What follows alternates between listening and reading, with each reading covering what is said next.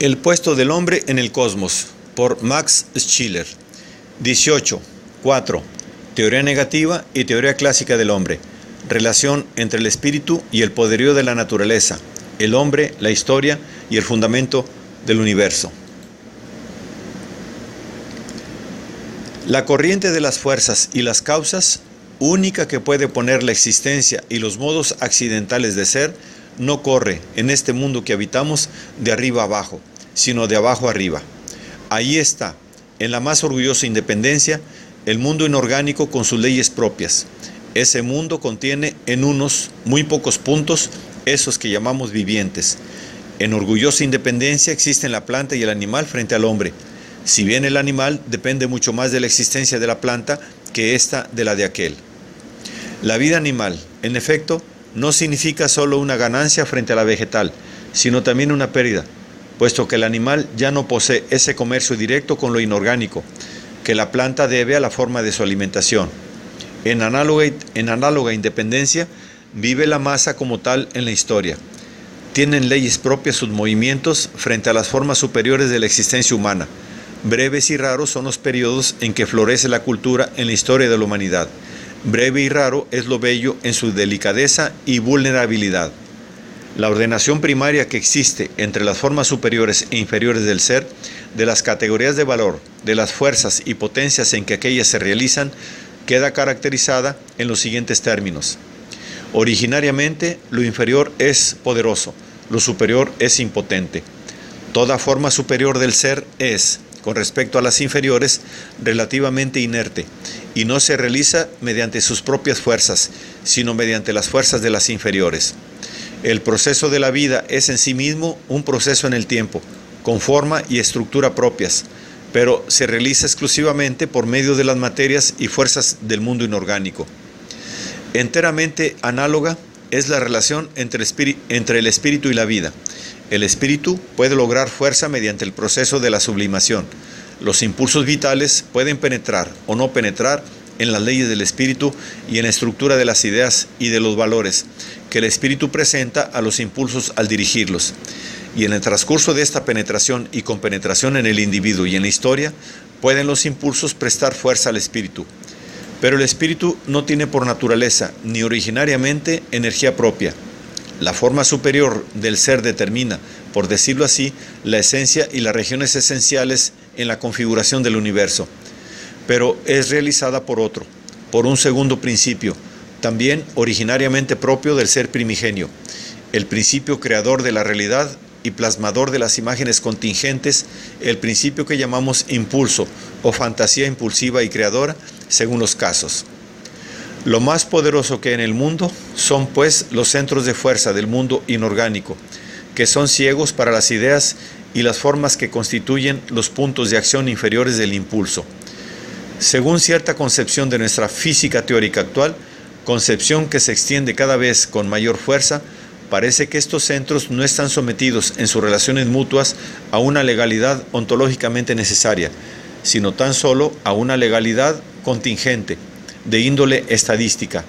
El ser vivo, cuyos órganos sensoriales y cuyas funciones sensibles indican más los procesos regulares del mundo que los irregulares, es quien introduce en el mundo esas leyes naturales que la inteligencia descifra luego.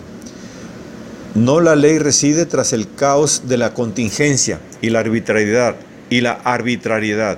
sino el caos yace en el fondo de la ley formal mecánica. Si triunfase la teoría de que todas las leyes naturales de estructura mecánica solo tienen en último término una significación estadística, y de que todos los procesos naturales, incluso los de la esfera microscópica, son procesos resultantes de la acción recíproca entre unidades dinámicas arbitrarias, nuestra imagen de la naturaleza experimentaría una enorme transformación.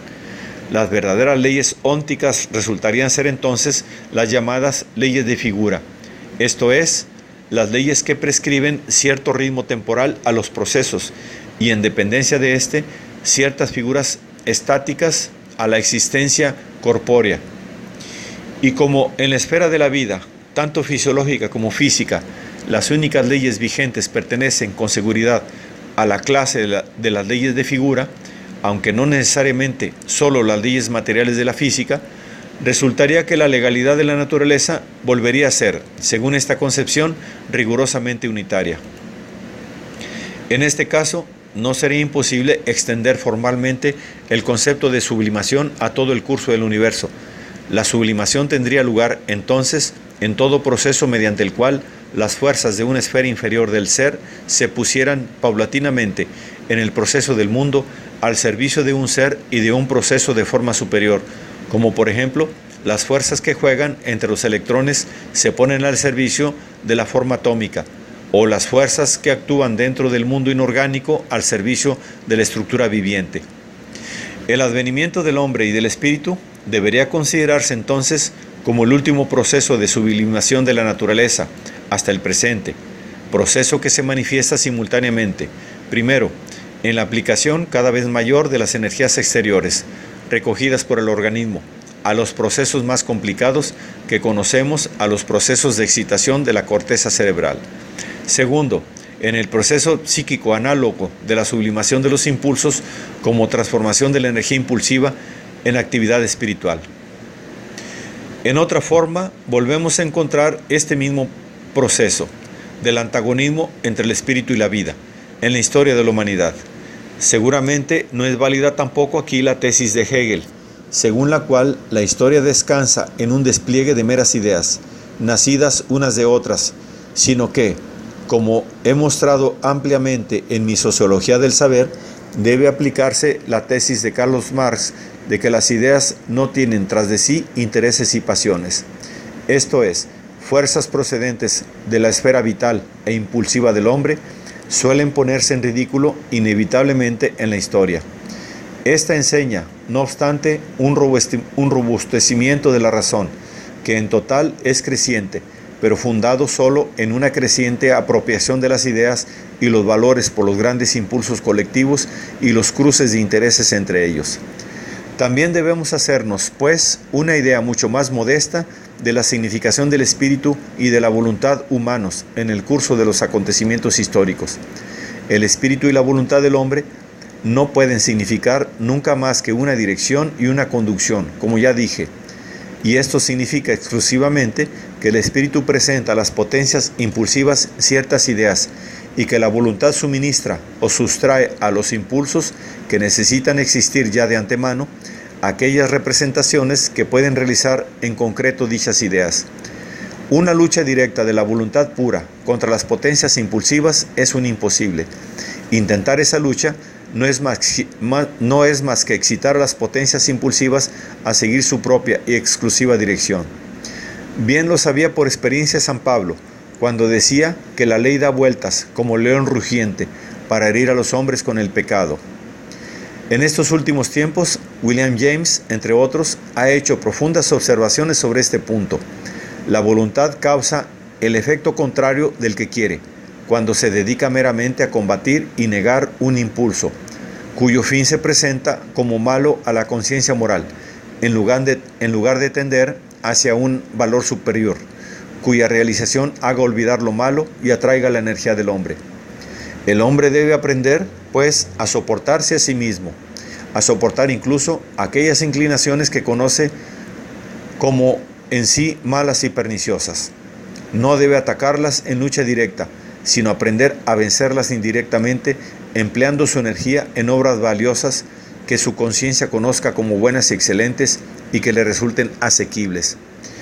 En la doctrina de la no resistencia al mal hay una gran verdad, como ya Spinoza expuso profundamente en su Ética. Reducido a este concepto de la sublimación, el advenimiento de la humanidad representa la más alta sublimación conocida por nosotros y a la vez la más íntima unión de todas las regiones esenciales de la naturaleza. Ante una imagen del mundo como la que esbozamos aquí, desaparece la antítesis que ha imperado durante tantos siglos, la antítesis de una explicación teleológica y una explicación mecánica de la realidad universal. Bien se comprende que estas ideas no pueden detenerse ante el Ser Supremo, ante el fundamento del universo. Tampoco el Ser, que existe solo por sí mismo y del cual depende todo lo demás, puede poseer ninguna clase de poderío o fuerza originaria si no se le adjudica otro atributo que el espíritu o si se le considera solo como ser espiritual. El responsable de la realidad y de los modos de ser accidentales de esta realidad, jamás determinados de manera inequívoca por las leyes de las esencias y por las ideas, es aquel otro, el segundo atributo de que yo hablaba. Es la natura naturans del Ser Supremo, el impulso omnipotente y cargado de infinitas imágenes. Si llamamos deitas al atributo puramente espiritual en el principio supremo de todo ser finito, entonces ese atributo, eso que llamamos espíritu y divinidad, en ese fundamento, carece de toda clase de poder positivo y creador.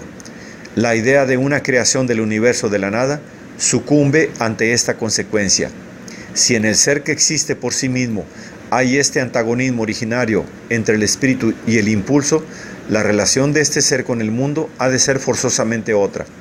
Y expresaremos esta relación diciendo que si el principio de las cosas quiso realizar su deitas, la copia de ideas y de valores contenidos en su deidad, hubo de desenfrenar el impulso creador del universo para realizarse a sí mismo en el curso temporal del proceso del universo.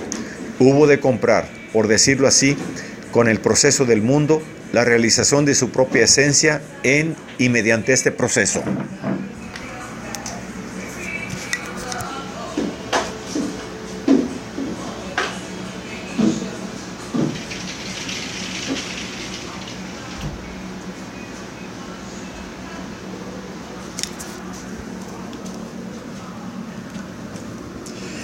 El ser existente por sí solo es un ser digno de llamarse existencia divina, en la medida en que el curso impulsivo de la historia del universo realiza la eterna deidad en el hombre y mediante el hombre.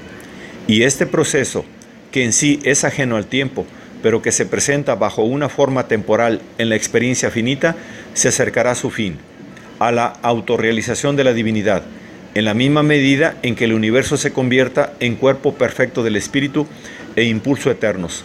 Solo en el vórtice de esta imponente tormenta, que es el universo, puede tener lugar una conciliación entre el orden de las formas del ser y de los valores y las potencias efectivamente activas, y a la inversa, entre estas y aquel.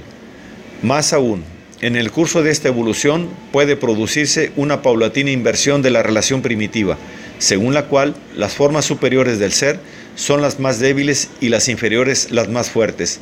Dicho de otra manera, la mutua compenetración del espíritu, originariamente impotente, con el impulso originariamente demoníaco, esto es ciego para todas las ideas y valores espirituales, por obra de la progresiva idealización y espiritualización de las tribulaciones escondidas tras las imágenes de las cosas y del simultáneo robustecimiento, esto es, vivificación del espíritu, es el blanco y el fin del ser y del devenir finitos. El teísmo lo coloca erróneamente en su punto de partida.